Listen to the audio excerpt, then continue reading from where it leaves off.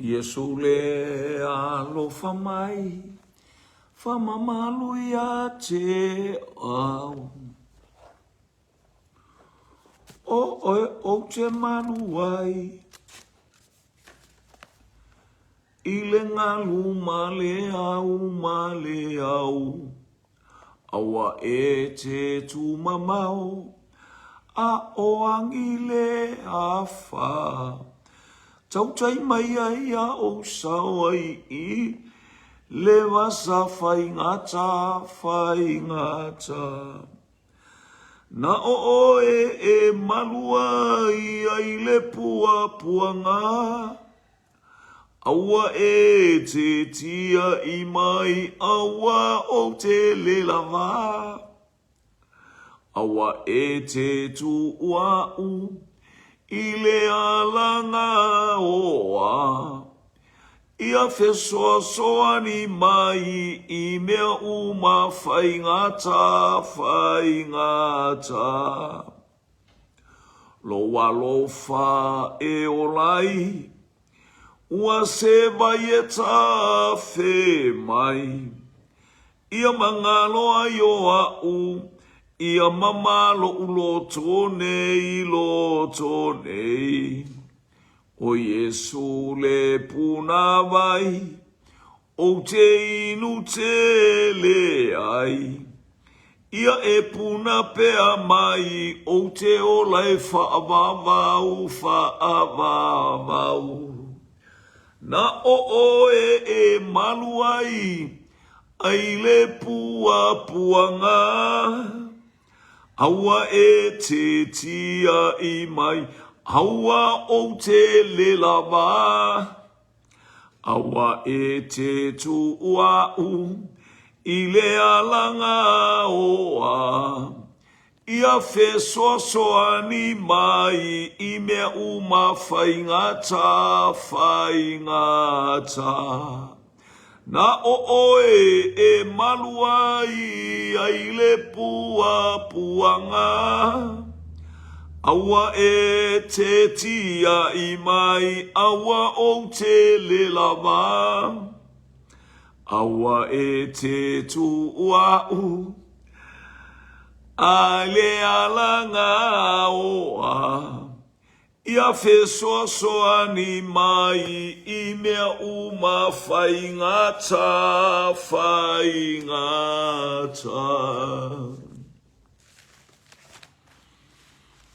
Fesoa ni mai, I mea uma fai ngata ua na o oe. Olo matou atua, o oe olo matou tupu, o oe ole atua e vi ia e whaavavau. Matou te whaapaleina o oe foi e toa tasi e fesoa ni mai I mawhatianga mapuapuanga I so se taime o le soifua malo matou ola. Ta mai ala ia ia so ke risolo matou ali I malo matou whaola. Matou ia ili nei vaenga o le afiafi o le taulanga afiafia lau whanau. Matou te talo I lau fio ia ia u whaamianga I lunga upenga ta whaelangi. Ia I le pa ia lau fio, haleluia I so stuli manu, haleluia I o atu ia I le ali ia lau fionga, matou wala au I lau fio, ke risoe, haleluia, o lau lava fe au le ali I o ia I le ola, o ia I lau whaaola tanga mo matou wanganga, fe soa ni mai, matou te malu ai I mea umalava. Tatou malau fio nei afiafi. Fo I atu le vi inga matu mau I ate oelu lava vi inga ona o Yesu. Amene.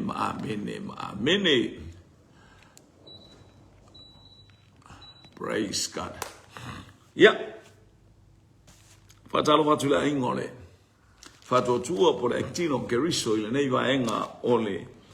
Fiafi suafa mawalunga loto la utele. Mata lasi mata ngofie lolo sua malie. O lo tato wali I malo tato faola. Hallelujah. Ia lo fato isi o tato wainga. O tato yeli ni vaenga. Hallelujah. Tero fa iwina le tato tusile a Yohane mta mua. Ia le la tato watu wa ibi ia le ina yeli fa murianga le atua mo. Oi. Hallelujah. Praise God. Thank you Jesus. Vi ia le li. Glory, glory, glory, glory. O le tato ia i le asona nafi. I le tautinonga, i le tāua o le tautinonga e peo le tautino Ioane, o le tautinonga e ola. Fai mai Ioane fa evangelia po le apostolo po le hatali o se putaio. Sa mato feo ai. Na mato mata, na mato tango, sa mato wa ai ia ke riso le mamalu o le atua. Ia e pe o le whaamatala fo'i e Ioane ilana tusi, ia le tūlanga o le moli mau o le tangata o Ioane le papatiso. For mai Ioane le ai e le oau, not me, but the one who follow me. Hallelujah. A much greater, hallelujah, sili atu o ia na ia te au. E lea o ngā esele mānei o le moli mau ana o i tātou ia e tau whaia alo esele me lor tātou wa tuku le tangata. Hallelujah, lea tātou te o e tau abe au wa tau tau le ngō le lotu. Wa tau tau le tangata na tupu ai le lotu. Mo tātou tau ua tangata na tupu ai le lotu. I o le fisosoani mo oe o le fisosoani mo au. Tātou alo ese ia vahenga o lo tātou tau ua. Ma tātou vi ia, hallelujah, le ngō le tangata. Ia maua tātou tau mawhai e vi i le ekalesia. Ia a ua tuku le keriso e ana o le ao le ekalesia. Ia ngale atu le atua mo oi, ia pa atu mo oi. Hallelujah, praise God. Ia ua le ua whapea mai, le whaiupu e lua surfale la wanga ia tuai. Ia tonu pe tau atua i le whaai unga vi ia le liin. Oh, hallelujah, hallelujah. O le wola tu los fruiva. O le tae au o wa ia tuai i Ioane ia Iesu o maliuma ia te ia. Ona whaiane le ia whauta i le tamai mā moea le atua nate ave ese le anga sala le lalolangi. Va aia le tangata wha le anganga. Te le tangata lae o mai.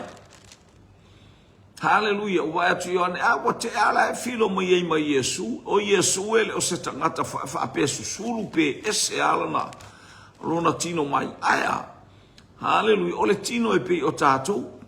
Ale ba aia le tangata o le anganga. Eilo le leia, le mea lai tatia, ai le manuia o le atua. Lai au mai ai le fe au mai le atua. Vi ia le ali. Te ile lo le tono lau e kale sia tasi alau ba ai se tangata. Hallelujah. O la i se fe au le tae aua o mena e masani ai le nu o iutaia. Ai se tangata ese ai mava ai ai tilo i ai o se tangata o lai se fe ona whapea mai le o tangata le ta i sauninga. O le atu ina atu i le tangata le i le fe au le na saumaia. I ai batuma. Hallelujah. O le fe au le na o le a whai mo i la tau whape na o whai tala i ngā Paulo. La tu Paulo whaalongo i le lotu e wa ai lo tangata i ha Paulo. Pe wa ai inisi whape mai i o le atu le wanoa i le uso le a. Hallelujah, o le wa ai na le anganga pa ia. O le tilo na pe baba ai e eife au tā ua po le alo vai. E whao Sofia o e te tautala mai ma whaai loa mai. Hallelujah. O le fe au, o le moli mau le la moli mau ai. O le moli mau le ola. O le moli mau o wha manu yanga. Vi ia le atua. Praise God. Mai whai pula le lo suruiva o iloa o maliuma ia te ia. O le tae au o wa aia Ioane ia Iesu o maliuma ia te ia. Ona whaiane le whauta i le tamai mā moea le atua. Wow. O matua iloa le leia e le tangata o Ioane le ngalu wenga le sau Iesu. Ai sa o ia o le na awina mai e teu le ala. E le angala le teu o ala o isi tangata. Ai le o malama Ioane e whapena fo i tātou. E a ona teu o tātou wala o tā pena. A pei o le o whaifi au. E tau tā pena pena lo u hainga ma tā pena lo uto olua tā pena mea uma. Tātou te le maralosi. Ai o le tala tuspa ia a whai e le mawhaina e whatonua lo u hainga. La mela e whakonua isi tangata. Hallelujah. What instruction that you going to do? Hallelujah. To put to the people of God, of our God. O le ala unga ruenga, o le ala ula unga, o le afa i tangata pe afa i ele o whatonua oe. O le ale mea eli la afai atu pe afai ele o whatonua a ho feni ma fine aso. Ua na ole fai o mele anga e tau mitia, ta pena fo ia te au ia uti tau mo fai fo ia ue fo ile anga o la o whanau. E ia ia ule anga e uti tau mo fai ina ia o la unga atu e catch. Mai ele e ka le sia isi au wala fai ngofie a. Hallelujah, uti tau tala atu ai alai loa ele. Hallelujah, o le tangata e whaatonu la o whanau. Ia leli. Le uwa pena fo Ioane. Hallelujah, o le teu wala. Ele saula Ioane teu lo loto e pei fo Ioa uia. Hallelujah, le afionga pa ia le atua. Aua e te eu le utu poto i le mata o lo uso. O te le tango atu e watu se me whaatonu ai oe. E matua mata tupa. Aele o te eu e sea le mea leilo o mata o la utatano i le atua. O au le tangata ngasala. Same as everyone who listen this message.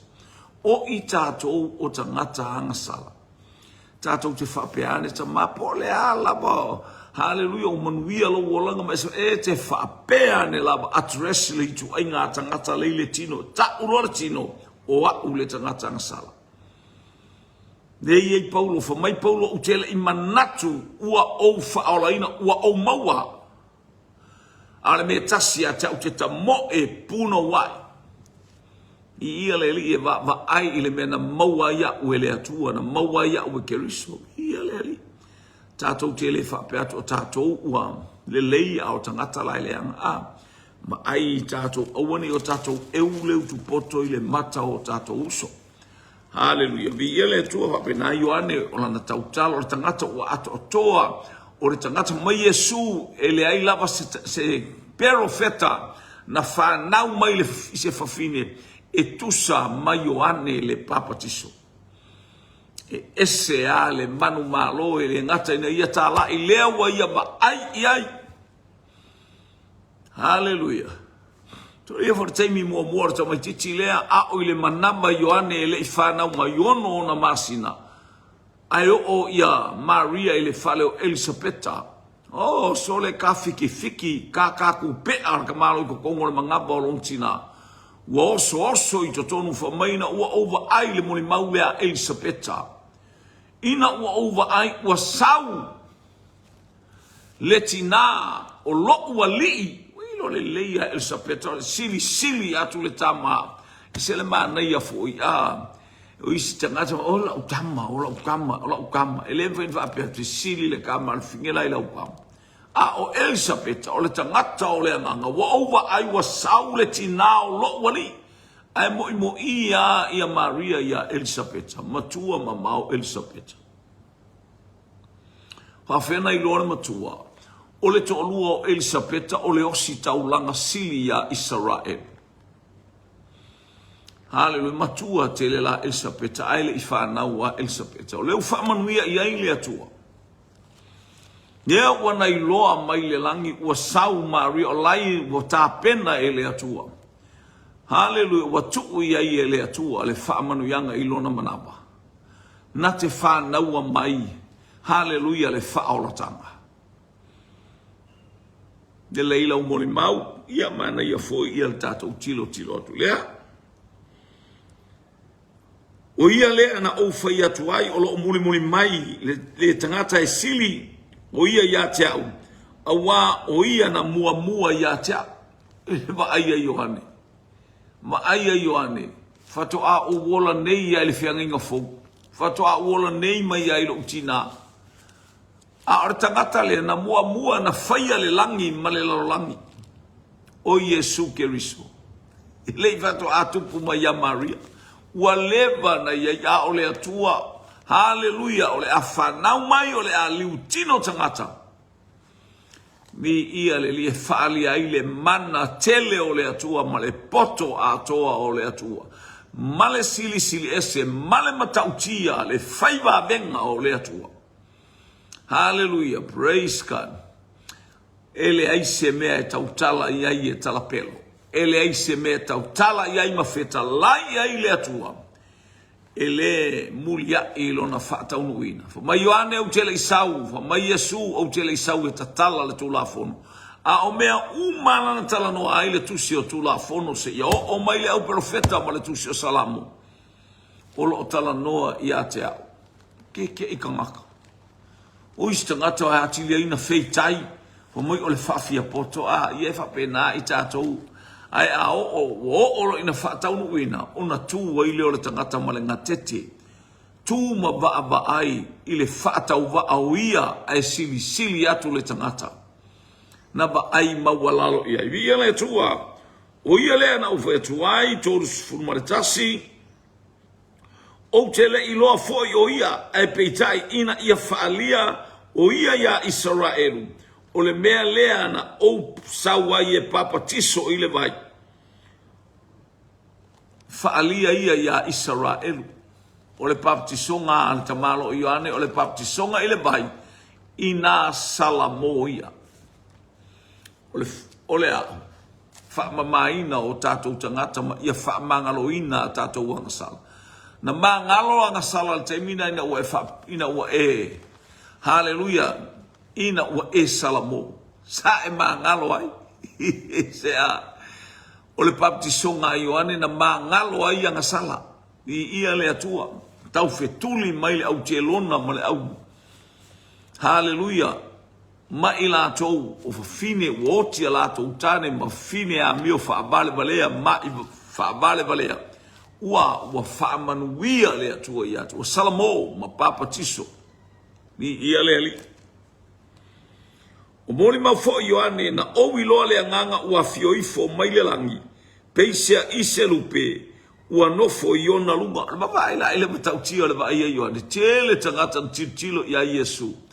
But only John the Baptist. Ioane le baptiso le tautala. Lea e whaamatala mai e Ioane le whai evangelia. Lea e tautala mai le whai evangelia na te whaamatala mai le mea na o ile au auna le atua o Ioane le baptiso. Fo mai na owi loa le anganga pa ia ua fio ifo mai le langi peisea i se lupe. Ua nofo Iona lunga. Ele aima se tangata na tilo iai. A fai foi owa ai tangata i se manu. Ele o mafau tangata iai. O mea ele iwa aia e mata. O mea le ila ngona ele loto. O mea le i whaalongo i aitalinga. Ai whai ele atua i e arolofa i le atua. Nā o Ioane lava. E o fo i le taianga o Paulo. Hallelujah. I le wala awina o Paulo. E Yesu Keriso. Fa mai na ba ai umale au malanga i le malamalama. Mataia mato ulua i lalo. A ole leo le tangata la e wala au ele ai masesio i la tauna la ngona se upu. Na o Paulo e to atasi langa le calling le e wala au lia. Ele wala au lia le au whainga ruenga a Paulo po au na Paulo na o atu. Aina wala au lia whapitoa a Yesu Keriso Paulo. Ele ai la se tasi na iloa. Alleluia. Vi ia le praise God. Ia le ua whaalia mai le matautia o le atua. Ia whaamaruru atu Vancouver, te leo kole mai Vancouver. Ia se i wala awatu pe a umal tato upolo kalame. Praise God. Ia le ali. Hallelujah. Mai Ioane, ua moli mau fo Ioane na owi loa le nganga, ua fi o te lei loa o ia peitai o ia. Na awina mai au e papatiso i le vai. O le tangata le leo fo Ioane, o le tangata tonu ane fo mo sau papatiso i le vai. Na ia salamo tangata. O le ata o le papatiso i le vai tanu mia le tangata tuai. Oti, kill the flesh. Oti le tangata tuai. Ai fatu lai o le tangata fo wansi oti ai tangata tuai. Wa tanu i lalo. O lo ta pena, hallelujah. E fatu lai le tangata fo e pe ona tu lai o Keriso. Hallelujah mai le tunga mau. Vi ia leli. Na fetalai mai o ia te au. O le e te iloa le anganga ua fio ifo iai. Ma no foi lunga ia te ia o ia lava lea. E te papatiso i lea. O ia lava lea na te papatiso i le anganga pa ia. Ia le whaatonu mai, le whaalonga le tangata wa ai mea umai te wa ai lau papatisonga, wa ai le tangata o te tuua ia ilunga, manofo ilunga le ata o le lupe. Hallelujah. Le lupe lea na lele mai le taimi o noa, e whaaola, e wa ai se po uanu. Uma le lolo. Ia lea na aluatu ma le whiau, ua ola. Ua ola le au malanga. Hallelujah. Le ua fo'i atu le lupe. Hallelujah. Na sau. I ia le atua. Le lupe a lea. Le ua toe lele na lele mai le whianga inga tuai. Hallelujah. O le ata o le anganga pa ia i lunga o le fonga ele ele. Hallelujah. Lele ua toe lele mai le lupe i le taimi o le baptisonga o Yesu. Hallelujah. O leo whaape mai. Hallelujah. O le e te iloa le anganga ua fio i fo iai. Manofo ilunga ia te ia. O ia lava lea na te papatiso i le anganga pa ia. Ua nofo le anganga le lupe ilunga. Hallelujah. Whapepe pepe ilunga o keriso. A whaina tilo tilo ia intangata. Ai le malama po le alea mea. Whapea aise manu o sau e tautu ilunga o le tangata le papatiso. Ai le ai o poloka lamea le atua o le nganga pa ia ina ia moli maua. Ma ia iloa i tatou na iai le nganga pa ia na iai le atua a toma ke riso le ali i le teimi o iai tono le vai.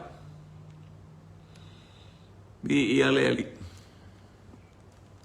O le tae ao sato e tua Ioane manisi ona so o e tolua. Ua ia wa ai fo ia Yesu o savaliane o na whaapea atu lea o ia whaauta le tamai maa moe a lea tua. Nia fo iwa to e whai e Ioane le upu lea. Hallelujah. La ele whai upu e lua sumale iwa a lea fo uto e tau mai le whai upu e toru sumale fitu o da another morning, the other morning, John the Baptist see Jesus again.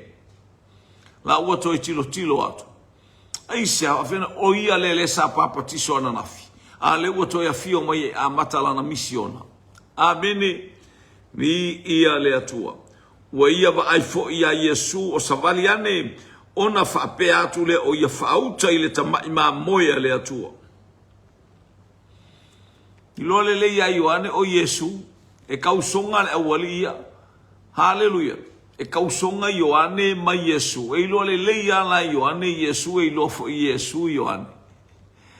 Aiva ai ele i alo Ioane pe whape ai. Man kama kiki fōnge ia whako asau ngi ia le laki. Laki ia ua saufa mai.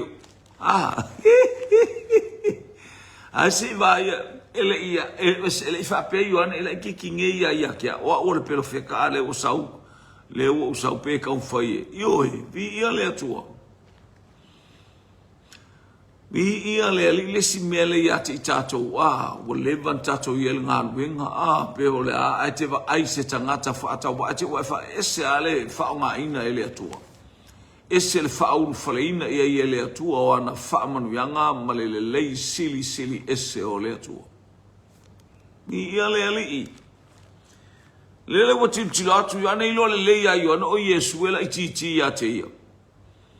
Olo na kausongar ka mai kikila aile i alo eselana ia failo sa fauta ile mamoe le atua ele ita o ia se mamoe ele ita o ia se profeta na tele i failo o ia na sau au mai le tala le ia fai mai o le leo le alanga ile bao fita o mana ole ia titato tato te failo ma e lo le leile ala o lo vala awina. O le ala upolo kalame fai, o le a fo ila upolo kalame fai, aua tātou te whaoa le avanoa o leistangata. Aua tātou te ave e seape tātou te whaoa le mea lai leistangata. Te le tangata whapelanga, tala le atu spaiwa tau whaoa le malo le atua, e la tau oe tau whao. Mea nā le fai nei, saulis whawhia poto, saulis whawhia iloa, saula. E mana o whaia sili atu. Nai lo le faifi au. E sili atu, nai lo le tangata le ngā luenga. Hallelujah, awhi whato ai watu nei le lotu, sa e lotu i lesi lotu, ono sa i malau wao. Ono sa i malau faifi au. Ono sa i malau ti akono. Amene na e alu ese mai fo ile la e kalesi e fale tonu oe. Han fatali le atua po le altai me puta apa i le atua oi tonu le e kalesi am faonga oe. Ai au e te latu e tau mawhai e whaai loa oe le hei tu i le atua e whaonga ina. Tu i le atua e whaai loa oe. Hallelujah, praise God. Whamanu ia le atua. Ia le. Hallelujah. E isi tangata o le mate ngānu lue. Well educated. Wa sata itai whai ma whaahulu o le. Ia onga ia mainline churches ia la ule ta uatua le kalesia. Aina whaahulu iai. A ua tupu le whaalabe ia te ia masiona tōlua. Ia le li ia ua amio pa altina o le ainga. Io ea lofa te le la alfaife au i le fafini. Sa fai i le mea ngata ai lana tau mawhainga ia lato e no nofo malona tōlua. Au fe sola i le fafini. Fai mea balea ma le fafini e lima te. Awe whawhanga mai leo te momolia ia te oe le matautia. Le mea wha ele leo lo wa latu e leilo latu e sao wha i le lei. Tia le latu wha o i lo atu o oe sa o la o te ilo le o nai o na te i elo lotu ia te. Atu a leo le whaife au. Ia le praise God.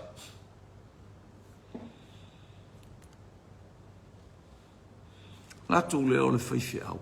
Latu sa ua maualo na uma na whaau o le whaife au. Ara toi fo inga o le ingoa i to tonu o le kolisi. Hallelujah. E tau avea na pepa, ain pepa fo ie. E wa o tangata ia e mo mia te lele. Ia le li. E o te tata, o te nofo mo wapatu nei moni mau ia te oe e whalongolongo mai.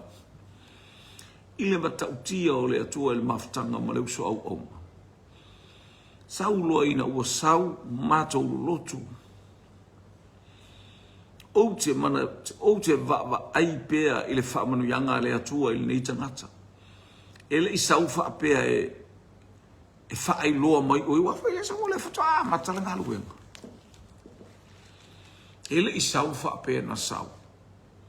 Sau tau mai o i o se tangata pe whai loa mai po ani whainga i o loa atu ai. Hallelujah. O i o tangata sa onga o whai.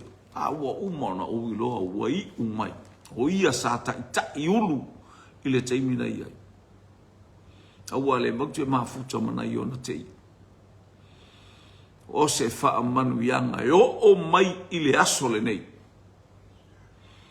E o mai i le aso le nei. Praise God. O mai i le aso le nei. O lo i eile manu ia se fulu male. Po se fulu valu, fulu iwa tausanga. Hallelujah. Tu te atole luas fulu tausanga le lotu. Ile tausanga fou. Atoa i eile luas fulu tausanga le lotu. Ole ngaluenga le mauti iai. Praise God. Aina mua mato iai au lisi tausanga anga i atu le whaife au. E o mai le taiminei o se tangata wha maua lalo, o se tangata mio solia le tangata. E le o se tangata fo i e sau tau mo whai, hallelujah, whai o na manatu e tai ese ai. E tai se ina ini tangata, hallelujah, ia muli ate, ia wai ma whai ana ele whai au lea, na ngako loto o tangata. Wa o ia o le whaifi au, well educated, hallelujah. Wa uma o na whau, already, hallelujah. Ia graduate, hallelujah. Aya, mai lea aso ma lea taimi, praise God. Hallelujah, au te le i tau tala fo i le whaifi au e whai i eise tala, hallelujah, po le ase mea fo iua. Wa ele ise mea u te ilo, po se mea whale to. O le tautua, lotu tautua, vi ia le praise God. O a mea uma o se wha manuianga le nei au onga. Hallelujah, i luma o le atua. Ni leli. No fai lo ia te o praise God. E o mai le asol nei o lo mama futa pe mo le faifia. Ia wa tilo fo ia ile ma le matu i tonu le fa tonga le mato te ia wa mato ia. Hallelujah. Tilo ia le fa tonga wala to wa ai fo ia. E hampo al tanga. Oka vi ia leli. To se mea fo yo te alu ia iso se mea e mate to e se ai. Hallelujah. Na tele si ia se matala langa po le ase me. Ai na te fatalitali ma le loto fia fatalitali ma le loto oli. I mea umalamo. Praise God. Ua over ia foi. Ma o moli mau o ia lamba o le alo o le atua. Praise God. O le tatu tal no le matautia o le atua. Ma le whailoa e le atua le tangata a. O le tangata whaonga ino le ngaruenga. Vi ia le li talo i le atua. Ia maua ni tangata whapesto o tele o la wekalesia. Loto maula. Tela o pole ai whaele na pauale peto o tasia. Hallelujah. O le tasi ai afe a. Ia to tele au nga o. E le ise tangata whawhape o le winga le tau a vatu. O le winga o le sau o le tangata whao. Ioane. Ilo ale le ye Ioane le mo i o Yesu ia te ia. E le i ave se ina ai le fe au na sau Ioane mo moli. Hal o au o le leo alanga i le vau fita o le muli mai atia. E sili o ia lele watu mfasino. Ai no le ia au so Yesu. Au ala wali uma ka so ngala wali. Se le mana ia ni si tangata e. Ke e mai le ngana we. Aba tau so nga ia le o la ngana we ale tua. Pa wa tangata na Yesu na sina tama ivala o so moni au Yesu. O Jacopo, le entusia Jacopo James, o Utah, le entusia Utah. Na ia ni fete na inga ile awali ia. Mata upo fitu alfa ipo lima la tau mo fai ile awali mal mata upo na sa mo tau mo fai ipo lima. La ia ile nganga awali na. Hallelujah. E lo atu le te ole awali mal tau fai faal. E fai se awala fo ia faali ia vale ia Yesu a. Wa wala to va ai va venga e fai Yesu ai le ton fa mai ona so foi se o mai per fai pule ona so foi a ona uso foi haleluya au ya le la fai tau tu mata o pe fitu al fai pe fama fai pe limo tu se Ioane awale ai se tasi e fai lilo se mea pe ama na o ia ile fia falia o ia. Ai no fia falia Yesu ia. O le manatu o tangata falia ia vale Yesu. Ele ai ma se mea o mafaufau ia Yesu. Ele ese ale mafaufau ngortino. Ese le mafaufau o tangata falia nganga. O tala ia ale awali ele ufai atu ia Yesu. Se o tau nunga le lua e mana ia a. Ua lata le tausaminga o Utah ia. Ia tausaminga la le paseka. E se tausaminga le na mali wa Yesu. Io e wa tele wa tolu tausanga o fail mission a. E inga o lisi tausanga le. O le tausaminga o fale apitanga. O le mea lea wa fai mai ai o na uso ia te ia. Ia e tu ua le nei mea. Ma e aluane I Utah no ngawinga alu ese mai ngasaleka alu ese mai kanila ia e tatauna e alu yo arifia alu I Utah o Utah le fa ye tau saminga uma wa o Jerusalem ina o le lau mua e tasi o Israel ia e tu ua le nei mea ma e aluane I Utah ina ia va ai tu foi o so ia unga luenga e te faia le akau mo fai ia ia falia lia vale Yesu tau tala ar tangata faletino male tangata ua vala awina ele atu ole tau tala atu ole atu ole tal no iai awaele ai se tasi e fai fali lo lilo semea pe ama na o ia e fia falia o ia a fai ua e fai ia mea ia e falia oe le lalolangi leo mana o Yesu e falia le lalolangi o ia o le fai va venga O ia o le whaamarolo mai. O ia e matau tia I nisi whaia o ngā uma. Le kau mawhai. Aia, ai oa I lako, maua ilo lako vi inga mawhemi kai ai, o ngā lako uso. Mamao ale mawhau le tino. Ma mea le anganga. Whapea nanga e maua fo ia tato, o le tele o tangata whapea na ale ola mimita a. Maua lo se mea. Amene. E mana oa ia na whaia se. E mana o e tautala. Ele se me la alwa I whokau kala ele o. Hallelujah. Praise God. Lima awa ona uso foi. La tau te le itali tonu I a te ia. O e maua maila. Eo o yuso Ioane. O yuso Yesu. Ele itali tonu I a Yesu. Praise God. Tato I ele upole atua le nei a fiafi ma le anga le leifa soa o le atua. Hallelujah. O whaongolongo fo I ona so e to alua I lana upu. Ua ia ba aia fo ia Yesu sa wane whaute le mamoia le atua. O le whaolongo le whaute tosu fitu. Whatatau I so o Ioane. Ua whaolongo fo I ona so e to alua I lana upu. O le tala o le o so o ia to alua o so o Ioane le papatiso. Ona la muli mai ai lea ia Yesu mataulia o whalongo le wali o le mamoe. Na te ave esele anga sala le lalongi. Ma aila wali le ako kanga sala. Le istangata ele wha maualuma. Fia poko. Wha alii. Hallelujah le loto loto wha manganu na o mea uku a mea e olai. Le wali ia tolua. Le iau te ilo le wali ia tolua ante rea. Ia sa au Ioane. Ante rea le uso o Peteru. Ma Ioane le uso Iakopo. O kausonga umana wali. A le support. O le meo fato o le support o tangata a. Se ivanga na tangata moni o le ainga. Pei o lo uso pei. Whapena e to telefoni. A ule wa mai a te itato uso le tu mati o le ngaruenga a Yesu na a mata ilo na ainga. No ainga. O le mana onga le a mata le ngaruenga I lo ainga. A mata ilo tatou a inga. Ina io tatou iai whaatasi. Ma io tatou whaamawala lalo whaatasi. Ma io tatou sa ili atu manu o maua oia. Tala atu sea Isaia.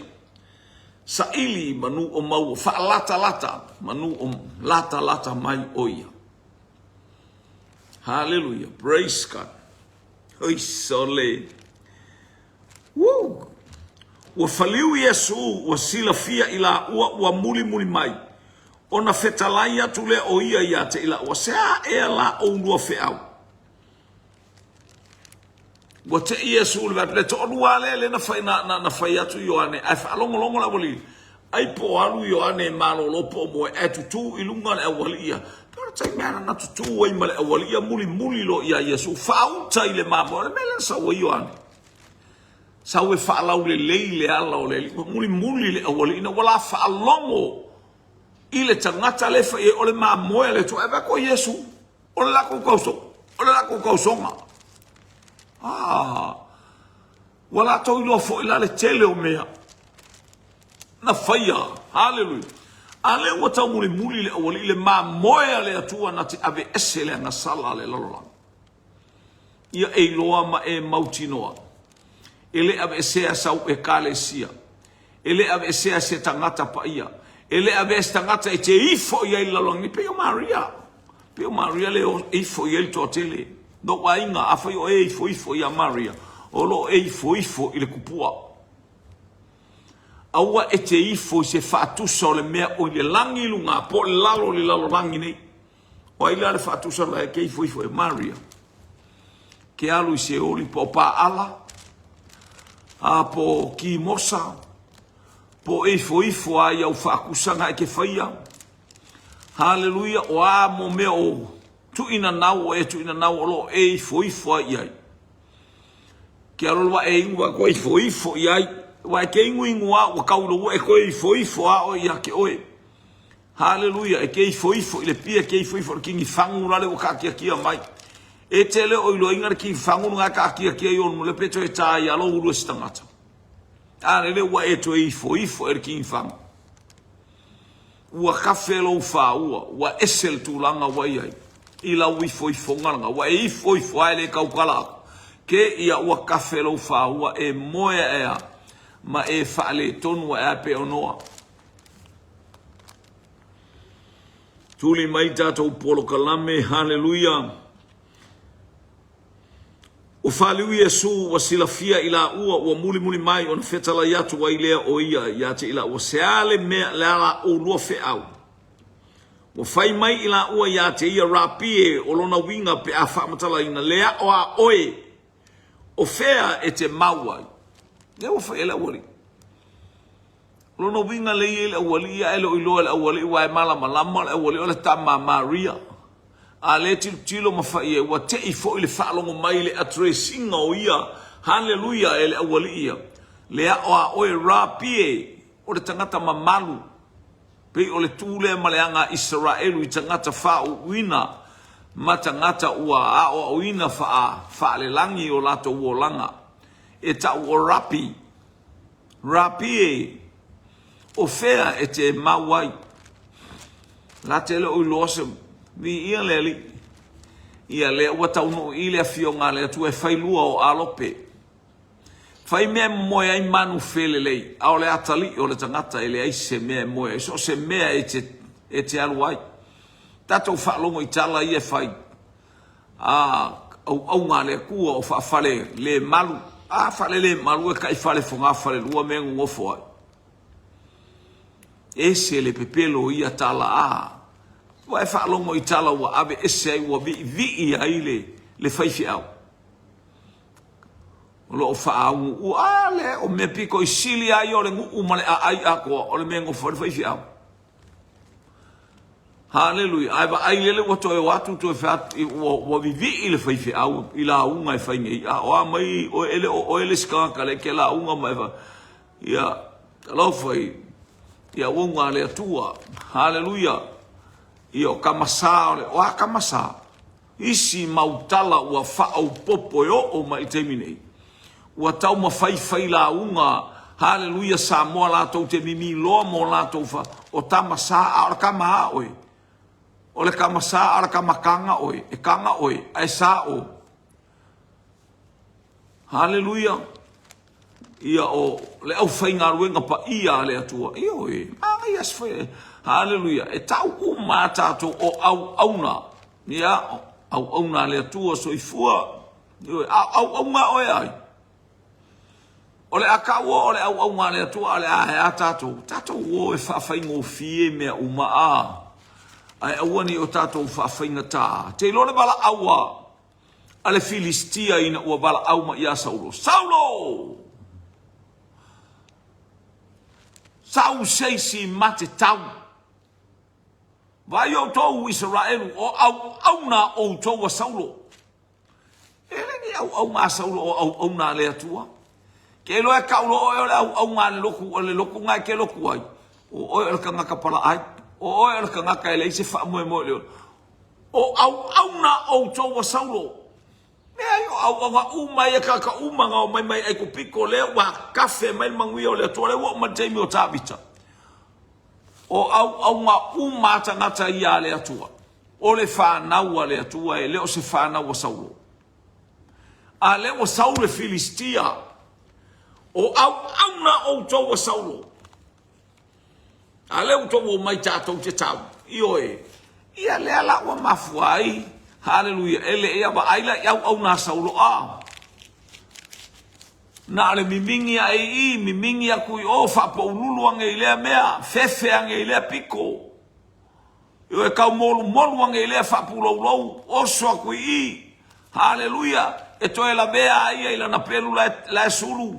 Hallelujah. Ai sea ese le mea lai fa tafa ne ai. Praise God. Ai la tole tangata. Ia tabita, ia lenta to wabai. Ele tu e tau tala tabita. Na te loa le lei o ia o le tangata o le au na le atua. Amini. Ia le ali.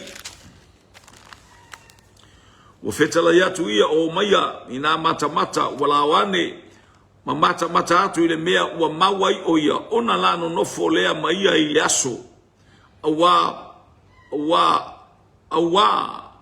po o ile tu awa po o ile tu la fa ile afiaf le wo le fa le afiaf ai mamao esele me no nofo ile awali wala to no nofo ma Yesu o anterea o le uso Simona Peteru o le tasi lea o ila ua na faa longo ia Ioane ma muli mai ia Yesu. Ia lela wailo sa o antere al tangata le wailo a lisi le na lato o le lile o Ioane le tu si al tusi. Amene. Hallelujah. Wa yo lua I maua lona uso Simona ona fai yatu wailea. Wa ma maua le Mesia o lona winga o le keriso. Watu wale awali ia tau ya Simona lena ingoa ya Peteru monga so ia kilo oe wa ma maua le Mesia le tangata o le keriso ya afenga luailo ia seifa longo wa ia au mai foi o ia ya Yesu o sila atu Yesu ya te ia ona fetala ya tulea Simonae e sele manga I o lo se mea lelei e alu e kauma fai ko singa mai le loto lo uso pe au mai se tangata o fatasima o ea e whaalongolongo ia o te whaalongolongo ana o se o e lo lelei vai le manga ia lare alo lau kamalea nga olo ia nga mua va ia Yesu o le o te moni maua o le so mua le o Yesu I le tala Ioane ai le anga o le tala I o aluka o le so mua o Peteru I le tusu singa vi ia le lia ala uba ai I le anga o ia lea na alu tau I lona uso na alu moli mau na alu talai na alu share keriso ne ua sawai aya pe ia ua tuwai ai saunga o le tangata o le vahar tangata o mai o anterea o le uso Simona Peter o le tasi leo ila ua aleluia na whaalongolongo ia Ioane na muli mai ia Yesu wa ia ulua I maua na uso Simona o na whai atua I lea ua ma maua le Mesia o lona winga o keriso wa ke I Peter leo ile la wa ke I kakaro Simonga leo kunga mo ia mai fo ia ya Yesu o sila atu Yesu ia te ia ona fetala ia tu leo Simona oe vai le ka usa o kwa wa o fo yo ngauso o le atali o Yona o le ai ngoa oe ia Kefa o lona winga o Peteru o Kefala o le papa le moli mau ia Ioane o le ai ngoa o ia Kefa o Peteru le tusi mai hallelujah o lona winga o Peteru atala noa ia Peteru o le papa pe ata ue tangata e leni le ingoa o Peteru o le ingoa le papa ata ue tangata suria mapata na rama malunga I tama seko o le papa po aramaika e ta ue le au vaenga le na le papa o Kefa vi ia le li nongu winga la ingoa uma ia na ingoa ina mua fa ingoa I hallelujah I le taimi praise o Ioane ingoa o ia Kefa lewa au mai tala luka hallelujah wa tala mata yo o Peteru oe o te atia ela o ekalesia vi ele tua maisi o le taia o fina ngalo ai Yesu o la maliwatu I Galilea wana sila fia Filipo vi ele tua ya o tato yel neiva enga o le afiafi ole mana onga le e fai uaila u polo kalame malata polo kalame le nei afiafi tango e tango e moli mau tango e fai se tangata hallelujah le mea wa e loa ma le mea wa e mauti no ale le ele awalia ole keriso lea ole Mesia wala o ta'u ilo la uso matua Peteru ta'u ele le no na uso matua Saulo ore tama matua la le faina tele ona tala angai I to tonu ole ngā ruenga ona ai ole tangata e manga whangafa ia le ufu tato I loa pe tele o tangata whaifai wa tele ana tāleni e tele ona tomai e tele ona sosia e tele whaamanuianga le atua I lona ola whapena oe a whai e tasi le tāleni tau whai e pia ia tele tāleni a whai e lua tau whai e pia ia mawaile si lua 5 mawaile si 5 vi ia le lia mana oe whaau ngā o tatou tāleni tāleni uma wa ia te I tatou e mana o mia e le atua e build up hallelujah lea waangu ia e tau praise God tau lona uso le tālenia tele le tangata a whainga ole e sila fia la Yesu o le toalua le whanauas hallelujah le to ina lea o praise God o le to ina lea o Peteru ma le tamale o Peteru Simona o le whanaua Iona ale to ina ingo ia Iona lea e whaingoa o Simona ba Iona o le whanaua Iona le to ina e tamaiti ia o Antelea ma Peteru hallelujah e mo ina amai e le tangata lea o Antelea le tala le o le so o le na mufamai Ioane na mua va ia Yesu aya praise God le fui tatou te lo o Ioane le tangata le to lo ma Antelea o lea fui lua le to lua lea o Ioane ma Peteru e fui lua le tele o taimi hallelujah e late iai le lata alini o le whafsotai o Yesu tala noa atu I le istangata tala noa atu I le istangata hallelujah e winga I le malo le atua o whatanga o le atua whatanga au tate moli mau tate tawatu sharing encourage tato whamalosi se nganga ina ia tato iai mo tato iai whatasi whamanu o le malo le atua ua saunia mo oe ua saunia mo au ua saunia mo so se tasi hallelujah e fia I le atua ia le li nei vaenga o le fia ia mana vatu le atua ia na whamanu mo oe ia pa ia tu le atua ia te oe uma tato wa aina moli mau Ioane a lele wa sau moli mau Ioane ia le wa sau tangata le whao ngā foi lona o langa e moli mau ai lele wa moli mau Antelea amene lele wa moli mau Antelea I lona uso e fai foi me te fai e fai ma moli mau au amio e moli mau au ngā luenga so astulanga au taleni te whatino ina e ngā lue mole vi inga o le atu e ngā lue mea uma mole vi inga o lo tata umatai o le langi whamanu ia le atu ia te oe tafe atu tafe ane tafe ifo tafe mai whamanu ia ngā le atu le moli mau hallelujah Ioane whauta I le mamoia le atua lele wa moli mau e Antelea ia Simona Peteru na muli tau o Peteru muli tau ke whaaolona ingoa o Simona pa Iona o lo latama lele foi wa moli mau iai ma tau iai hallelujah whama losi iai wa ma maua le tangata o Yesu o ia o le Mesia o ia o le Keriso o ia o le Mesia e saunga ia Peteru o Yesu wa kei woo hallelujah glory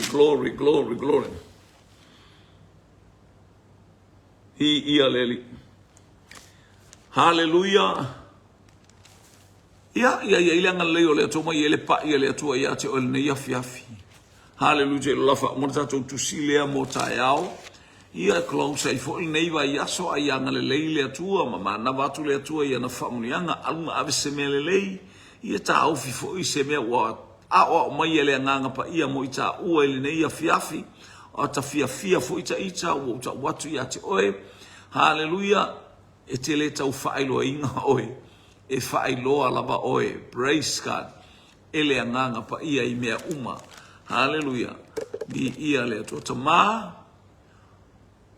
Yesu Keriso le ali I mare whaola o lau fe au le nei a fiafi e whatatau lava ia te oe mea uma Matou te moli mau I mea na e whaia. Matou te moli mau I lo matautia. Mātou te muli maui lo wha tupuina ma le palasi fo le nganga pa ia wana a wina mai lo wingoa. Hallelujah, mo lau au apostolo ele ngata fo ile o au wha manuianga wa wha a wauma ia te i mātou. Ina ia o mātou woe whaino u uma maso. Le ase moli maui lea aso ma lea aso. Ta maa o le au auna lea o ngā mo oe. Ta talo whaia le me fina ngalo ia i lea nganga pa ia. Mātou ta talo i le nei afi ia fo i atu ia te oe le vi inga le wha manu ma le wha detang. Mātou wala au oi se whalongo, mātou ta talo le nganga pa ia na te utu pupuina loto taitasi. Whama ite, hallelujah, male la unga e matautia i o lato loto, o le la unga oe nganga pa ia. Mātou talo le nei a fiafi whamanuia atu i le tapua inga le ia utangata, le a inga o oe le atua sili ese. Mātou whaalongo ia ili na ia whiwhi. I umea umai louvi inga le whatau waa ia te i mātou. Whatasi mai ia le whai ungole na ia fiafi, whai ngā marolonga o tangata, uli masau i whamunianga le nganga pa ia ono o Yesu. Amen, amen, amen. To God be the glory forever and ever. Amen. Lau au ona e tautua ia te oe ma le nganga wha maulalo ono o Yesu. Amen.